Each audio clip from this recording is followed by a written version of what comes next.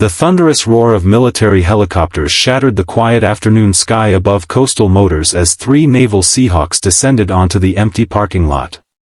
Inside the garage, Richard Mercer, the man who'd been fired just 30 minutes earlier, looked up from packing his toolbox, his hands freezing mid-motion as the building trembled around him. He had no idea that the next 24 hours would not only change his life forever but would expose a truth about loyalty and value that would ripple through an entire community. If you've ever felt undervalued or pushed aside despite your dedication, this story will resonate deep in your soul. Make sure to like this video and subscribe to our channel for more incredible true stories of ordinary people facing extraordinary circumstances. Your support helps us continue sharing these powerful moments that remind us all of our shared humanity. Richard wiped his calloused hands on a shop rag and tried to steady his breathing. At 42, he hadn't expected to be starting over, especially not as a single father with 2 teenagers at home depending on him. The pink slip had come without warning, budget cuts, they said, though Richard knew the new management company that had bought Coastal Motors 3 months ago had been looking to replace the higher-paid veterans with cheaper labor. After 15 years of loyal service, his experience and specialized knowledge meant nothing compared to the bottom line. The irony wasn't lost on him. Just yesterday, he'd stayed 4 hours after closing to fix the mayor's vintage Corvette before an important charity event. The week before, he'd repaired the police chief's daughter's car at cost when she couldn't afford the full repair. Richard had built relationships throughout Portside Harbor, the small coastal town that served as home to both civilian families and naval personnel from the nearby base. His reputation as the mechanic who could fix anything had become almost legendary. "Dad?" The voice came through his phone, and Richard realized he'd missed 3 calls from his 16-year-old daughter, Emma. "Are you okay? You're late, and dinner's getting cold." "I'm sorry, sweetheart," he said, his voice catching. "I'll be home soon. Something's happened at work." Before he could explain further, the garage's front door burst open. Commander James Harrington stood in the doorway, his naval uniform crisp despite the obvious urgency in his stance. Behind him, 2 more officers waited, their expressions grave. "Mercer," Harrington said, "we need you. Now." Richard had met the commander 6 months ago when he diagnosed an electrical problem in Harrington's personal vehicle that 3 other mechanics had missed. Since then, the officer had brought his car exclusively to Richard, often staying to chat while the work was done. "I don't work here anymore, Commander," Richard said, gesturing to the half-empty toolbox. "They let me go about half an hour ago." Harrington's face darkened. "That's unfortunate timing. We have a situation at the base. 2 rescue helicopters are grounded with identical mechanical failures. Our mechanics can't identify the problem, and we have a critical medical evacuation waiting. Someone remembered you mentioning you worked on similar systems during your time in the Navy." Richard had indeed served 8 years as an aviation mechanic before settling in Portside Harbor to raise his family. Those skills had grown rusty over the years, but some knowledge never truly fades. "Commander, I haven't touched military aircraft in over a decade," Richard cautioned. "We don't have time for modesty, Mercer. There's a fishing vessel 60 miles offshore with 3 critically injured crew members. The Coast Guard's nearest assets are diverted to another emergency. Our birds are the only hope those men have, and they're sitting useless on the tarmac." The weight of the situation settled on Richard's shoulders. He thought of his own father, a commercial fisherman who died at sea when Richard was just 12. No one had reached him in time. "Let me grab my tools," he said quietly. The helicopter ride to the Naval Air Station took less than 5 minutes. As they approached, Richard could see the 2 grounded Seahawk helicopters, their maintenance panels open, surrounded by frustrated technicians. A 3rd helicopter sat ready, its rotors already spinning, waiting only for the problem to be identified so it could safely depart.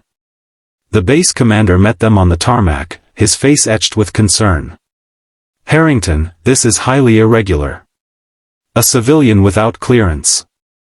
"With all due respect, sir," Harrington interrupted. Mercer is a veteran with previous helicopter maintenance experience. We're out of options and out of time. The commander hesitated only briefly before nodding.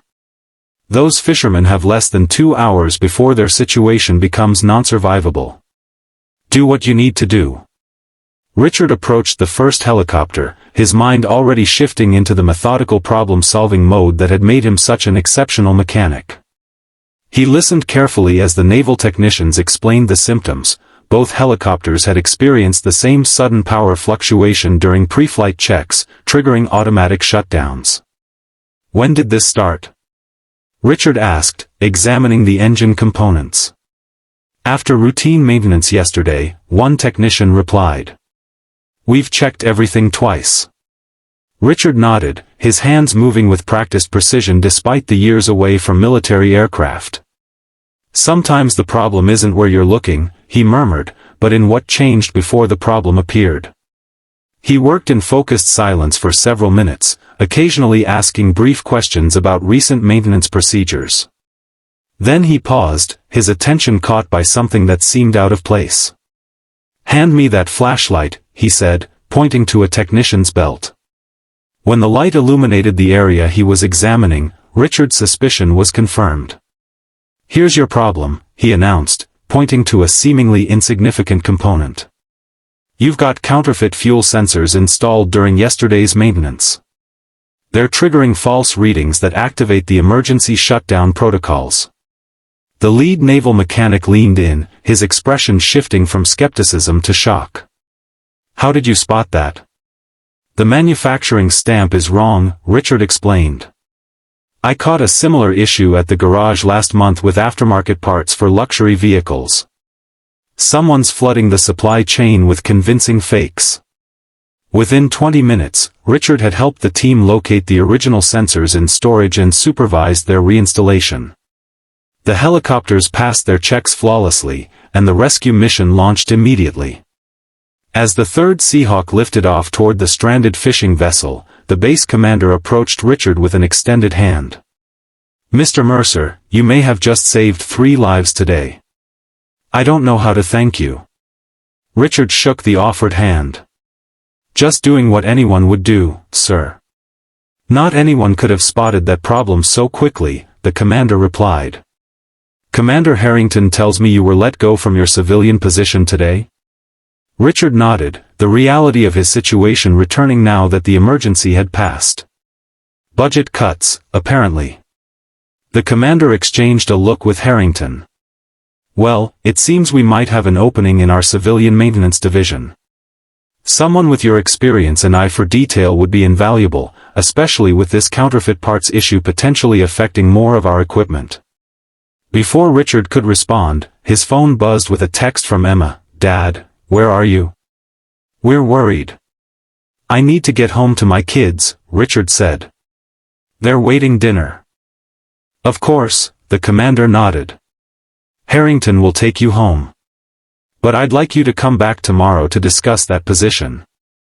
The salary would be significantly better than what you were making at the garage, with full benefits. As Richard was flown home in the same helicopter that had picked him up, he gazed down at the twinkling lights of Portside Harbor. Sometimes life's worst moments led to unexpected opportunities.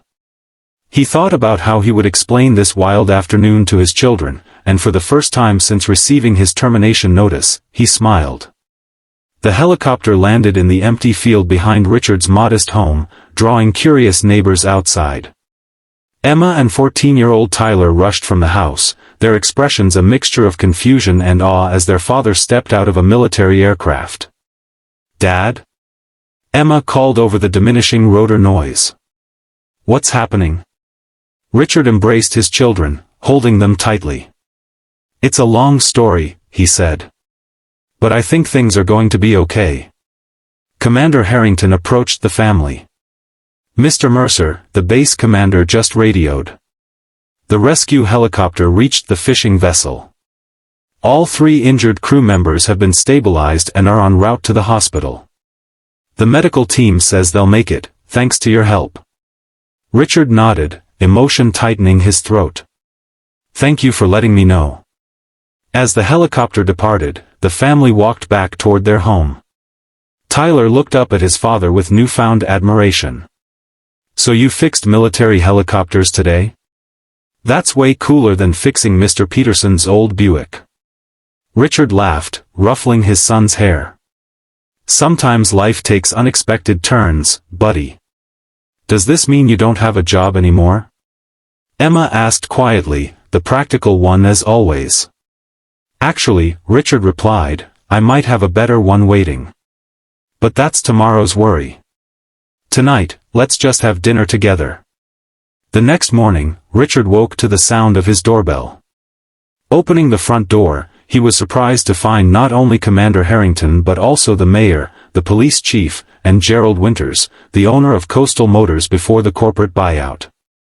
"Mr. Mercer," the mayor began, "word travels fast in small towns, especially when naval helicopters are involved. We've heard what happened yesterday." Gerald Winters stepped forward, his expression apologetic. "Richard, I sold the garage thinking the new management would honor the community we built. When I heard they let you go, I made some calls. The corporate office has agreed to sell Coastal Motors back to me, at a significant discount, after I explained how they just fired the man who saved 3 lives and exposed a potentially widespread counterfeit part scheme." Richard stared in disbelief as Winters continued. "I'd like you to come back, not just as a mechanic, but as a partner. This town needs Coastal Motors to be what it always was, a place people can trust." Commander Harrington cleared his throat. "And the base still needs someone with your expertise, Richard. We're prepared to offer a consulting contract that would allow you to work primarily at Coastal while providing specialized training to our maintenance crews twice a month." The police chief nodded. "Plus, the department's considering moving our entire fleet maintenance contract to Coastal. Seems only right to support a local business that supports the community." Richard stood speechless in his doorway, overwhelmed by the sudden reversal of fortune. Behind him, Emma and Tyler watched with growing excitement. "I don't know what to say," Richard finally managed. The mayor smiled. "Say yes, Richard. Sometimes it takes almost losing something valuable to recognize its true worth. This town almost lost you yesterday, and we're not making that mistake again." 3 months later, Coastal Motors had been transformed. With Richard as partner, the garage had expanded its services, hired 2 apprentice mechanics from the local community college, and become the official maintenance provider for both the police department and several naval officers' personal vehicles. The consulting work at the base had led to a military-wide investigation into counterfeit parts that had already prevented several potential equipment failures. More importantly, Richard had found a new balance in his life. His increased income and more flexible schedule meant more time with Emma and Tyler. He'd even started teaching Tyler basic automotive skills on weekends, passing down knowledge that had proven more valuable than anyone could have imagined. On a warm Friday afternoon, as Richard was closing the garage, Commander Harrington pulled up in his personal vehicle. "Just wanted to stop by and give you an update," Harrington said as he stepped out. "Those fishermen you helped save? They're all fully recovered. The captain asked me to give you this." He handed Richard an envelope. Inside was a simple handwritten note: "Some debts can never be repaid, but they should always be acknowledged. Thank you for giving me more years with my family. If you ever need anything, you have friends at sea." Richard carefully folded the note and tucked it into his pocket. "Just doing my job," he said quietly. "That's just it, Richard," Harrington replied. "What makes someone valuable isn't just the job they do, it's how they do it, and why. Some people work for a paycheck. Others work because they understand that their skills might someday stand between someone else and disaster." As Harrington drove away, Richard locked the garage and walked toward his car, where Emma and Tyler waited to begin their weekend together. The setting sun cast long shadows across the parking lot, the same lot where, just 3 months earlier, naval helicopters had landed to change the course of his life. Sometimes, Richard reflected, our true value isn't measured by what we earn, but by what we give. And sometimes, it takes a moment of crisis for that truth to become clear, not just to others, but to ourselves. In the distance, the faint sound of helicopter rotors hummed across the harbor, a sound that once represented Richard's past, now symbolized his future. A future built not on what had been taken from him, but on what he had always possessed: skill, integrity, and an unwavering commitment to doing the right thing, even when, especially when, no one was watching. Life rarely follows the path we expect. For Richard Mercer, what began as his darkest professional moment had transformed into his greatest opportunity, not just to rebuild his career, but to reinforce what truly mattered, being there for others when they needed him most, whether they were strangers at sea or the children waiting for him at home.